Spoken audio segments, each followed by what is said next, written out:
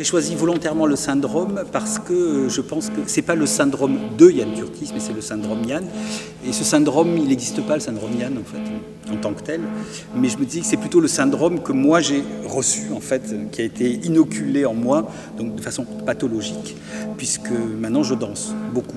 Donc c'est peut-être ma maladie, c'est de vouloir danser encore. Donc en tout cas, ça, j'ai les syndromes, j'ai tout le syndrome, en tout cas, et toute la pathologie de celui qui croit et qui a encore envie de faire de la danse.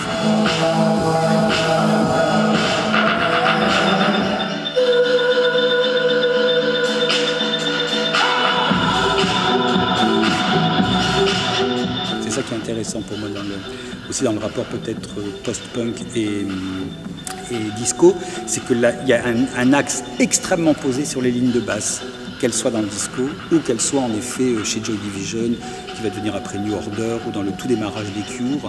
Les lignes de basse sont ce qui tient toute la structure musicale. Idem dans la disco, c'est parce que d'un coup la basse qui en général accompagne passe devant en fait. Donc n'est plus juste accompagnante, mais vraiment est moteur en fait et que la question des guitares, et dans le disco, et dans certains morceaux dits post-punk, pareil, va venir jouer avec des accords extrêmement courts, extrêmement serrés.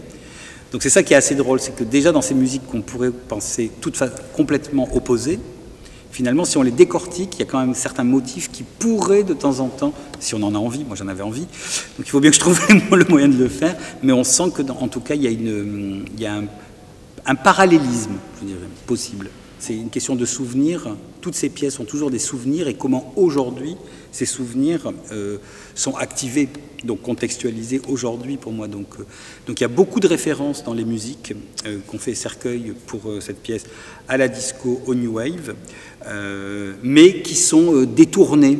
Donc ils ont quand même fait un morceau qui est presque disco.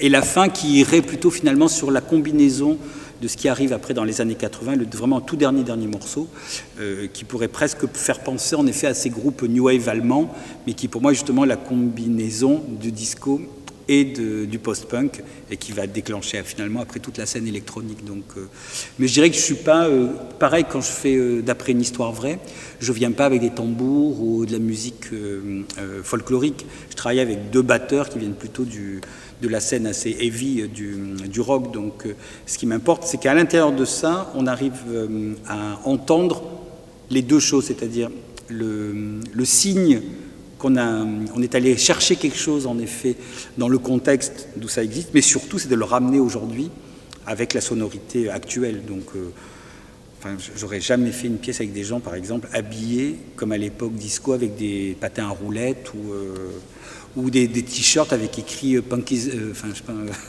Anarchy in the UK. Enfin, ça serait assez ridicule, je crois, pour moi. C'est plutôt de voir, en effet, qu'est-ce que ça me fait encore aujourd'hui et comment ces sonorités-là, ces notions de basse, par exemple.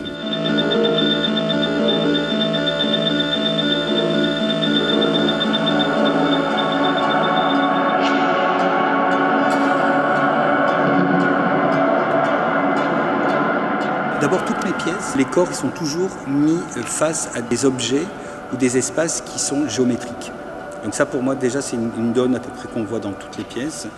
Parce que ce que je trouve extrêmement beau, c'est toujours d'observer le corps comme une capacité animale, ce qu'on est, nous sommes des animaux, mais on est des animaux qui ont inventé la géométrie. Donc pour moi, c'est une chose qui me touche énormément chez l'être humain, c'est de pouvoir en effet faire des choses comme ça, et en même temps de concevoir quelque chose avec des angles parfaits ou une sphère, c'est-à-dire vraiment de la pure mathématique. Donc déjà, le corps, chez moi, dans l'écriture de la chorégraphie, il y a toujours cet espace vide, en tout cas, qui est au travail, qui est entre le corps animal et un corps pensant qui pourrait donner de l'architecture, des objets, tout ça. Et en effet, c'est des formes de soleil, mais c'est des soleils électriques, donc c'est des néons. Et je pense que c'est ce qu'on a toujours envie qui brille dans la nuit. Donc c'était aussi cette chose-là, je crois que quand on disait toujours « Ah, mais nous on va dans le noir », tout ça, mais dès que la lumière s'allume dans les clubs, c'est un peu le soleil et les étoiles en fait, du clubbing, quoi. Donc je crois qu'il y a ce rapport-là aussi très simple et très naïf et aussi joyeux d'avoir ces formes en fait, qui renvoient quelque chose de solaire, de très cosmique aussi, quand elles sont allumées. Quand elles sont éteintes, là pour le coup, c'est des choses plutôt inquiétantes. Et c'est ça que j'aime beaucoup, ce rapport presque un peu industriel en fait à l'objet lui-même. Et le tapis doré, c'était évident pour moi que le sol devait être doré. Voilà, glitter, gold, c'était très années 80 et on s'est beaucoup embêté à peindre ce tapis avec des paillettes, mais je voulais vraiment quelque chose d'une matière que quand elle est éclairée, ça renvoie vraiment quelque chose de très doré, très lié en effet même à la mode et tout ça, mais dès que la lumière change, ça devient presque du sable. Donc c'est ça qui m'intéresse, c'est que chaque chose qui est prise dans la scénographie, mais comme dans les corps, du coup, est toujours paradoxale, c'est-à-dire qu'il a un côté, mais il a aussi presque son aventure négative. La fumée, c'est aussi une chose qu'on retrouve énormément dans le club, mais pour moi qui vient plutôt, et là je vais revenir sur mon amour du romantisme, c'est aussi que ça permet de créer aussi des images qui sont finalement très proches de la peinture. Avec des sfumatos, donc c'est aussi cette chose-là, c'est-à-dire de rendre visible, mais de temps en temps de faire disparaître aussi les corps dans cette chose qui est très indéfinie, qui est la fumée, que j'aime beaucoup, que j'utilise assez souvent dans les pièces, du coup, parce que je trouve que c'est un moment où on peut rendre aussi et l'espace et les corps très flous.